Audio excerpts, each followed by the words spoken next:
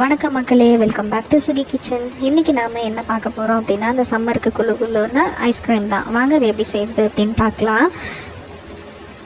1 litre பால் வாங்கிக்கோங்க. அது full cream மில்காக இருந்ததுன்னு அப்படின்னா இன்னுமே நல்லாயிருக்கும். ஸோ அதை வாங்கி நல்லா காய வச்சுக்கோங்க. சைடில் ஒரு பாத்திரத்தில் 1 ஸ்பூன் கார்ன்ஃப்ளவர், பால் அது நல்லா மிக்ஸ் ஆகிறதுக்கு தேவையான அளவு பால் எடுத்துக்கோங்க.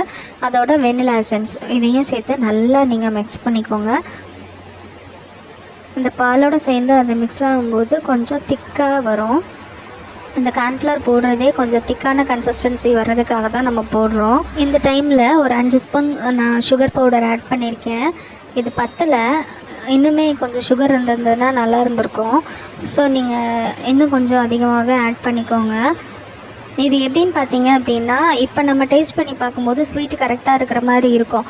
ஆனால் இதை நம்ம ஃப்ரீசரில் வச்சுட்டு அகைன் எடுத்து அதை சாப்பிட்டு பார்க்கும்போது ஸ்வீட் ரொம்ப கம்மியாக இருக்கிற மாதிரி இருக்குது.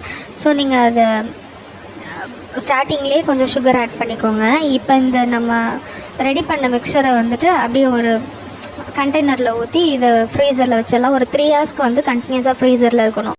இது 3 மணி நேரம் கழித்து ஃப்ரிட்ஜிலேருந்து எடுத்து அதை ஒரு மிக்ஸி ஜாருக்கு மாற்றி அதை நல்லாவே அடிச்சுக்கோங்க. இது நல்லா நுரம் மாதிரி பொங்கி வரணும். அந்த டைமில் அடித்து எடுத்துகிட்டு அதை ஒரு கண்டெய்னரில் சேம் கண்டெய்னர்லேயே ஊற்றி வச்சுடுங்க.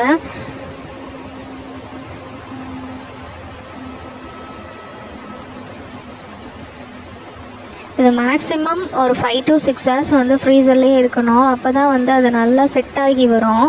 இது எடுக்கும்போது ரொம்ப ஸ்மூத்தாக இருக்கும். ட்ரை பண்ணி பாருங்கள் நீங்களும்.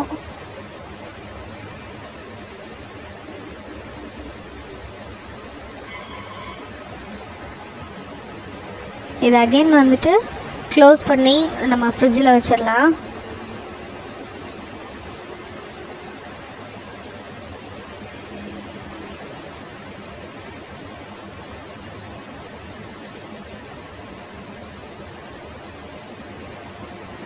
எங்கள் அம்மா கொஞ்சம் கூட மீதி இல்லாமல் எல்லாத்தையும் வலிச்சு ஊற்றிட்டாங்கங்க. இந்த ஃப்ரீசரில் வச்சிடலாம்.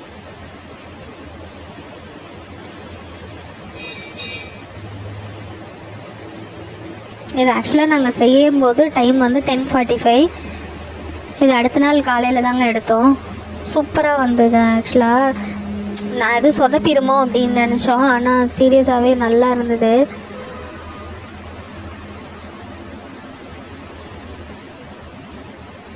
அந்த ஐஸ்கிரீம் எடுக்கிற ஸ்கூப் நம்மகிட்ட கிடையாது. அதனால் நான் வீட்டில் இருக்கிற ஒரு கரண்டிலே எடுத்துட்டேன்.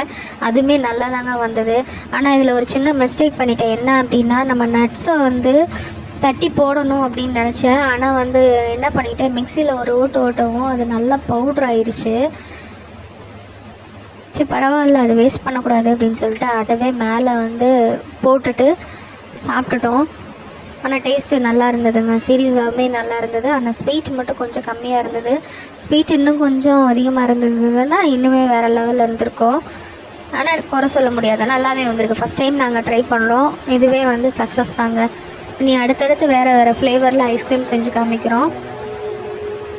மறக்காமல் சுகி கிச்சனை சப்ஸ்கிரைப் பண்ணிவிட்டு பாருங்கள். நிறைய பேர் சப்ஸ்கிரைப் பண்ணாமலே பார்த்துட்ருக்கீங்க. சப்ஸ்கிரைப் பண்ணிவிட்டு பாருங்கள்.